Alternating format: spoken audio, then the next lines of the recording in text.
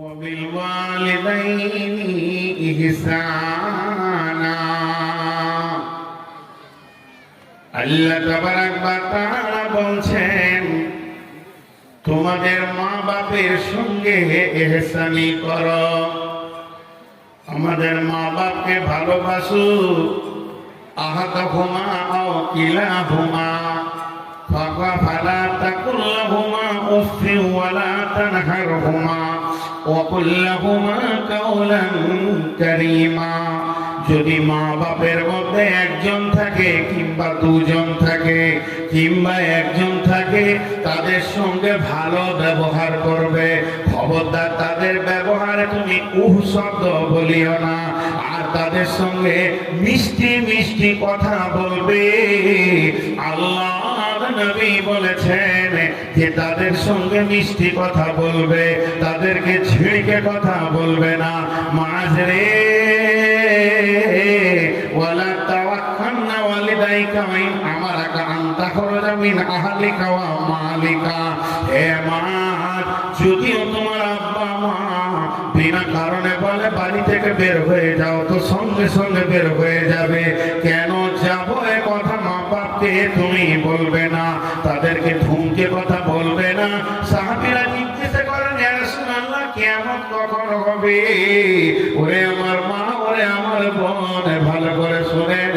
আল্লাহর নবী বললেন, যখন বেটি মাকে ছোট করে হিয়ানত করে করে কথা বলবে, তার মানে বেটি ছেলে এমন একটা মেয়ে, বেটি ছেলে এমন একটা সন্তান, ওই সন্তানটা জন্ম নেওয়ার পর পৃথিবীর মাটিতে বিচরণ করে, আস্তে আস্তে সে অ্যাডাল্ট হয়, ব্যাচেলিয়ার হয়। আর যখন সে বড় হয়, একমাত্র তার মাই জানে আমার মেয়ে কোন পথে চলাফেরা করছে।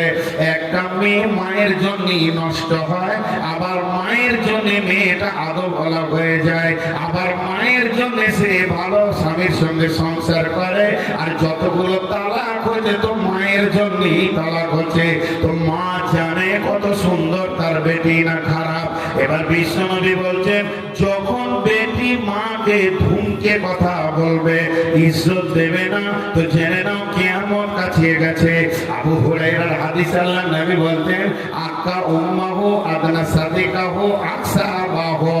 এমন একটা দিন আসবে মা বাপকে ধুমকে কথা বলবে, আর বন্ধুকে ভালোবাসবে, বাপকে ঝিড়কে ঝিড়কে রাখালের মতো কথা বলবে। তখন পৃথিবী ধ্বংসের কবলে পৌঁছে যাবে।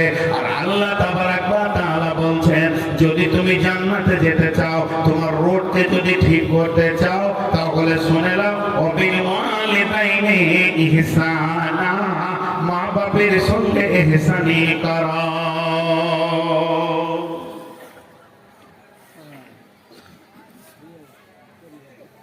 وعن جابر رضي الله تعالى عنه قال قال رسول الله صلى الله عليه وسلم من سلككن فيه يسر الله حقه ويدخله جنته। হযরত জাবের বলছেন, ও আমার মা, ওরে আমার বোন, বন্ধুরে, ভাইরা কান করে শোনেন। বিশ্বনবী বলেছেন, পৃথিবীর বুকে যদি কেউ তিনখানা আমল করে যায়, তো সে দুইখানা প্রাইজ পাবে। একটা প্রাইজ হচ্ছে তার মত হবে আসানে, আর দুই নম্বর প্রাইজ হচ্ছে সে যাবে হাসতে হাসতে জান্নাতে। প্রাইজ গুলো কত দামি! মত হবে আসানে, হাসতে হাসতে জান্নাতে যাবে। আমল হলো তিনখানা, কেউ যদি পৃথিবীতে করে যায়, সে তিনটি আমলকে রিফমুন বিসাইফ, কমজোরকে যে সাহায্য করবে, সাফাতুল ওয়ালিদাইনি ইহসানুল মামলুক, গোলামের সঙ্গে কাজের লোকের সঙ্গে যে ইহসানি করবে, আর মা বাপের সঙ্গে সাফকাত করবে, অর্থাৎ ব্যবহার তো মিষ্টি বানাবে, যে মা বাপের কলিজাকে ঠান্ডা করে রেখে দিবে। আল্লাহর নবী বলছেন, উম্মত রে, তোমার চিন্তা নাই মত বলে, আর তোমার চিন্তা নাই কিয়ামত বলে। তুমি মরবে আর হাসতে হাসতে জান্নাতে যাবে।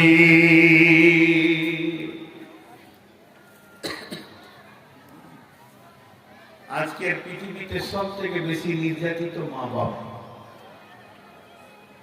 আজকের পৃথিবীতে সব থেকে বেশি নির্যাতিত কে? মা বাবা। এর জন্য আরেকবার বলছি, আপনারা জোরে বলবেন, আজকের পৃথিবীতে সব থেকে বেশি নির্যাতিত কে? মা বাবা। দোষ কার? দোষ কার? একটা বিচার দিয়ে আপনাদের, বগের সঙ্গে কাকের বন্ধুত্ব। ভালো করে শোনেন কেসটা, যে আপনারা বিচারটা ঠিক মতো করবেন। বিচার ঠিক করতে পারলে আমি খুশি হয়ে যাব। বগের সঙ্গে কাকের বন্ধুত্ব। তো এক শিকারী তীর ধনুক নিয়ে ঘুরছে, কখন শিকার করে ক্লান্ত হয়ে গেছে বেচার, কোথাও কোনো শিকার পায়নি। একটা বট গাছের নিচে, পাকুর গাছের নিচে একটা শেকড়ে মাথা দিয়ে শুয়ে আছে। শুয়েছে তো ঘুমিয়ে গেছে, এত ক্লান্ত, এত ক্লান্ত, শুয়েছে তো ঘুমিয়ে গেছে। তা আবার ঘুমাইছে হাঁ করে, নাকে খুব সর্দি তো, নাক দিয়ে আর নিঃশ্বাস দিতে না, হাঁ করে ঘুমাচ্ছে। আর একটা বক আবার ওর সামনেই বসেছিল, খেয়াল করেনি। কাকটা এসে ওর পাশে বসলো, বলছে বন্ধু কেমন আছিস? ভালো আছি। এই বলতে বলতে পুচ করে পায়খানা করে দিয়েছে। কাকটা পায়খানা করেছে তো মুখে শিকারি করেছে, আর একটা গরম গরম লেগেছে, গন্ধ করে উঠেছে। কাক পায়খানা ফিরেই পালিয়ে গেল। আর শিকারে উঠে বকটাকে দেখতে পেয়েছে, মারলো তীরটা, বকটা নিচে পড়লো, বুক ফেরে রক্ত বেরোতে লাগলো। মার্ডার একটা হলো। দোষ কার? কাকে? শিকারি? বকের? দোষটা কার? শিকারি। দোষটা বকে, নিজের দোষে নিজেই বলেছে। আচ্ছা, বক হলো সাদা, বন্ধু বানিয়েছে কালো কাকের সঙ্গে, এটা প্রথম। তোর সাথে কোনো সাথ আছে, সারা জীবন দুষ্ট। দুষ্টর সাথে যদি বন্ধুত্ব করে, চোরের কেসে যদি চোর ধরা পড়ে, চোরের বন্ধু বাদ যাবে। এই জন্য তা আজকের মা বাপ নির্যাতিত কেন? অনেকগুলি কারণ আছে। তার মধ্যে একটা কারণ, মা বাপ দিনই শিক্ষা দেয় না। 2 নম্বর কারণ, টাকার বিনিময়ে ছেলেকে বিক্রি করে, বিনা ফোনে বিনা যৌতুকে বিয়ে দেয় না। আজকে চকসুখদেবপুরে একটা জমি আছে, এই নালাটার ওই পারে। জমিটা আপনি বললেন আমাকে দাম লাগবে 8 লক্ষ টাকা। আমি 8 লক্ষ টাকা খসখস করে মিটিয়ে দিলাম। আপনি আমাকে জমি দিয়ে দিলেন, রেজিস্ট্রেশন অফিসে গিয়ে রেজিস্ট্রি হয়ে গেল। আপনি বিক্রির জায়গায় সই করলেন, আমি গৃহীতার জায়গায় সই করে দিলাম, সাক্ষী আমার বাদী হয়ে গেল। এখন জমি আর আপনার নয়, জমি আমার। ওই জমিতে ধান হবে, চা মানে গম হবে, জব হবে, পেঁয়াজ হবে, আলু হবে, পাট হবে, সবজি হবে, ওগুলো আমার। এখন যদি ওই জমিতে আপনি টমেটো নিতে যান, চাটনি করে খাবো বলে, কপালে লাভ ছাড়া কিছুই জুটবে না। তুমি বেটা জন্ম দিয়েছো, কিন্তু যার বেটি ছিল সে ষাঁড় কিনে নিয়েছে, তুমি বেচে দিয়েছো। আবার যদি সেই বেটার ইনকাম খাবো বলো, ও বাবা তোমার কপালে লাভ ছাড়া কোনদিন ভাত জুটবে না। এর জন্য পিতাদেরই হলো দেশ। কয়েকটা কারণে পিতার মাথা নির্যাতিত হচ্ছে। আপনার এলাকা থেকে খুব বেশি 15 কিলোমিটার হবে একটা গ্রাম, নাম জিজ্ঞেস করবেন না, আমার নামও মনে আছে। এসার নামাজ পড়ে একা মসজিদে শুয়েছি, আমাকে দিয়েছে রাত 10টায়। এক মুরব্বী এলো, সে পাশে বসলো, বলছে আপনি প্রধান বক্তা নূর মোহাম্মদ? হ্যাঁ। তা বলছে বাবা খুব সমস্যা, ছেলে বৌমা, মা বাপকে দেখে না, একটু জলসাই করবে, খুব ভালো করে বলবে।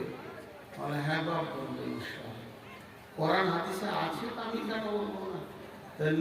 মুরব্বীকে জিজ্ঞেস করছি, চাচা ছেলের বিয়ে দিয়েছে নাকি? হ্যাঁ, 2 বছর হলো।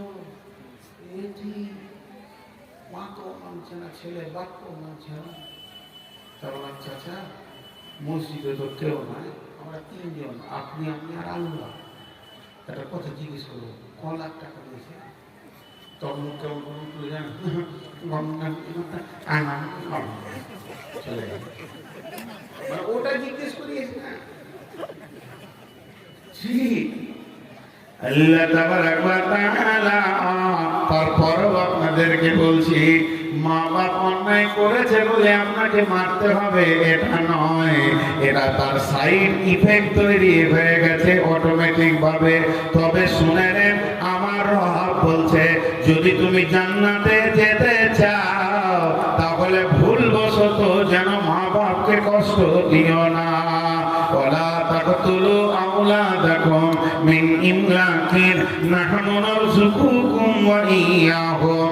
ওরে আমার মা, ওরে আমার বোন, ওরে আমার ভাই, পিতামাতা যতগুলি রয়েছেন আপনাদের হাতগুলি ধরে বলছে একটা মিনিট খালি আমাকে সময় দেন, ধ্যানটা ছাড়িয়ে।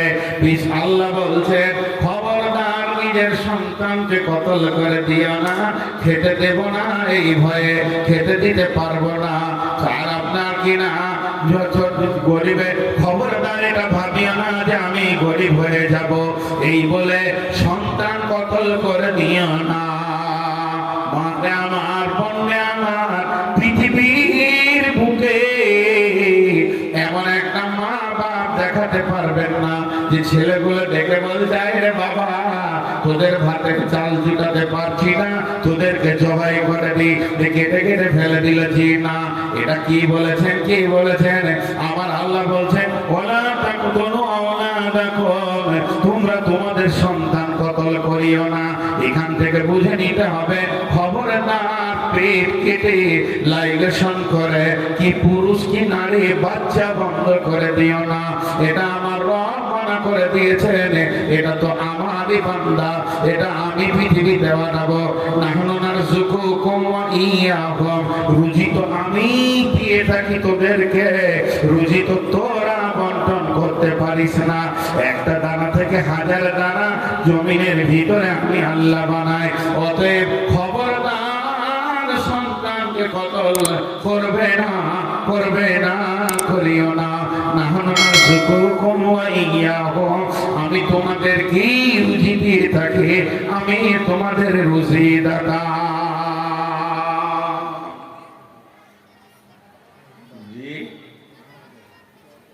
সন্তান কত আপনাদের দেশে এটা নাই, আমাদের বর্ধমানে খুব বেশি। লাইগেশনটা বর্ধমান, বীরভূম, হুগলি প্রচুর প্রচুর। আপনাদের দেশে আছে? পেট কেটে বাচ্চা বন্ধ করা আছে? সুবহানাল্লাহ। জানি না আমাদের কি হবে আখিরাতে। তবে শুনেলেন, কোন আলেমের ফতোয়া আমি বলছি, এদের তওবা, রাস্তাটা ক্লিয়ার করে দেওয়ার পর তওবা। জি, 3খানা কেসের আসামি এরা। 1 নম্বর মার্ডার কেসের আসামি, নিজেকে আল্লাহর জায়গায় বসিয়েছে। আর ওই সন্তানগুলো কিয়ামতের মাঠে বলবে, এদের কারণে আমি জান্নাত, আমরা দুনিয়া দেখতে পাইনি। যে মেয়েটি লাইগেশন করে বাচ্চা বন্ধ করেছে সে, যে মেয়েটি বাচ্চা বন্ধ করেছে তার স্বামী, এবং যে পরামর্শ দিয়েছে তার মা বাপ, শ্বশুর শাশুড়ি। আর তাদের সঙ্গে যদি জড়িত থাকে মা বাপ, শ্বশুর শাশুড়ি, না থাকলে তারা বেঁচে যাবে। আর যে ডাক্তার লাইগেশন করেছে হাত দিয়ে, আর যে এনজিও থেকে লাইগেশনটা হয়েছে, একজন জান্নাতের মুখ দেখতে পাবে না। এদেরকে কিয়ামতের মাঠে মার্ডার কেসের আসামি করে তোলা হবে। এবং শুধু তাই নয়, ওই বাচ্চাগুলো রুজি কি তোমরা দিতেছে না আমি আল্লাহ দিতাম, এর উপরে প্রশ্ন হবে। এই পর্যন্ত শেষ নয়, 3 নম্বর প্রশ্ন, ওই বাচ্চাগুলি এদের বিরুদ্ধে কেস করবি।